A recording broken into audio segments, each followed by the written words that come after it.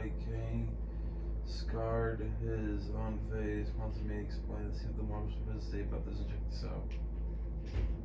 What is the terrifying backstory behind Kang the Conqueror's scars? The variant of Kang the Conqueror introduced to us in Quantumania has been colloquially referred to as Warrior or Prime Kang, and is one of the most violent variants that we currently are aware of in the multiverse. In addition to his battle armor, he bears two distinct scars down the sides of his face, reminiscent of his comic book armor. But what exactly is the origin of these scars? And what can the original comic lore tell us? Where did they come from? And what do they mean for this particular variant's past? Well, today, watchers of the Marvel Multiverse, let's explore this idea, as spoilers lie ahead for Ant-Man and the Wasp: Quantumania.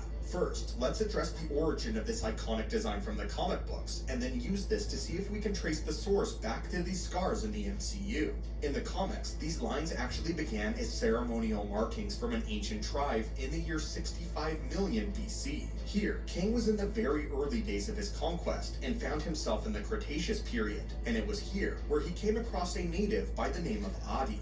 Adi, though, was in a fight for her life and was being attacked by a Tyrannosaurus Rex. Here, though, Kang decided to save her, and therefore, he was taken back to her tribe as a thank you for saving the young girl's life. This tribe is where he first received these two markings, which were later integrated into his very armor once he returned to the future and constructed his battlesuit. This peace, however, would prove to be short-lived, as the future variant of himself found Kang's affection for these people to be absolutely disgusting, and not in line with who he was meant to be, a conqueror. The tribe was soon after attacked by this future version of Nathaniel Richards, and after their total eradication, Kang chose to pay tribute to them by integrating their culture into his primary combat armor. This Prime Kang, however, this warrior, doesn't simply work this look into his suit, but they are the physical scars embedded into his very skin. And while he doesn't give a full explanation for this, there are a few possibilities given what we know about this variant. What stands out the most about these markings is the symmetry, which seems to indicate that they were most likely intentional, potentially even self-inflicted. It's very unlikely that two random stars within the heat of battle would have lined up so perfectly with one another. The predominant theory goes back to the original source material of his markings, which suggests that this Kang spent time in the Cretaceous period as well,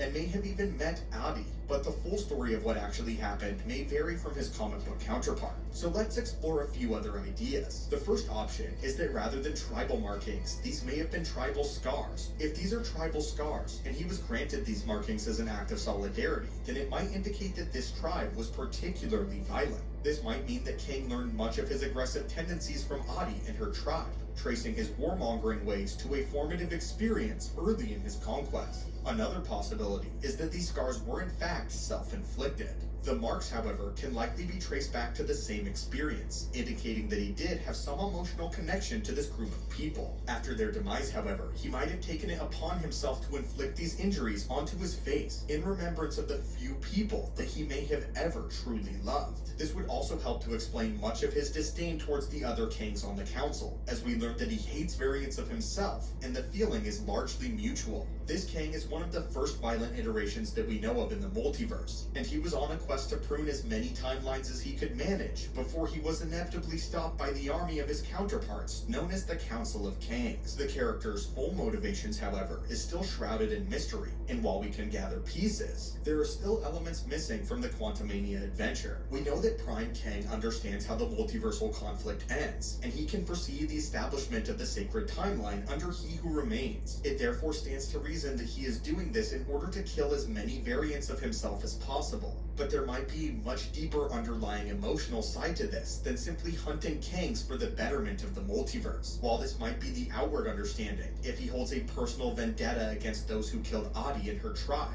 then he might have a much brighter fire beneath his actions, explaining his violence and aggression towards himself. It is important to remember, however, that this is largely speculative, and we don't learn much about this Kang from before his exile. But given what we do know, either of these options seem like they could fit very well with what we currently understand about Warrior Prime Kang. Additionally, the Council of Kang seen in the post-credit teaser shows us that this design is not specific to just him. While they aren't expressed in any scar form, nor are they present in any other variant, but we do know that this is a common style for a Kang. Ramata in particular sports the markings, as do several variants within the Colosseum itself, indicating that they too had run-ins with Adi and her tribe, but did not turn nearly as violent as Warrior Kang may have. This leads us to wonder if perhaps there was something else that sparked his aggressive tendencies and sent him escalating to the point of all-out war. But as of now, we will have to wait for more information before we can draw a firm conclusion regarding this question. One thing is clear, however. What if this was a version of himself that is marking them on his very face because another variant of himself went back and killed Adi and her tribe? What if it was this personal connection that drew Kang to make these markings permanent on his face? Markings given to him long ago with people that he truly cared about. Similar between the relationship we see with Thanos and Gamora. What if Prime Kang did in fact have a softer side and is truly interested in the betterment of the multiverse, even if it means destroying the rest of himself? The same goal that He Who Remains had. And if you are with me, and if you do in fact believe that Prime Kang will return in the MCU one day, do you think that his scars could be explained? And do you think that this is an integral part why he hates variants of himself so deeply? Anyway, my friends, and watchers of the Marvel Multiverse, please feel free to leave your thoughts in the comments down below, as well as any theories that you would like to see us address, or breakdowns of comic history. As always, my friends, thank you so much for watching the channel. Hit that subscribe button to assemble and join our team, and I will hopefully see you soon. Subscribe back to the video. Great.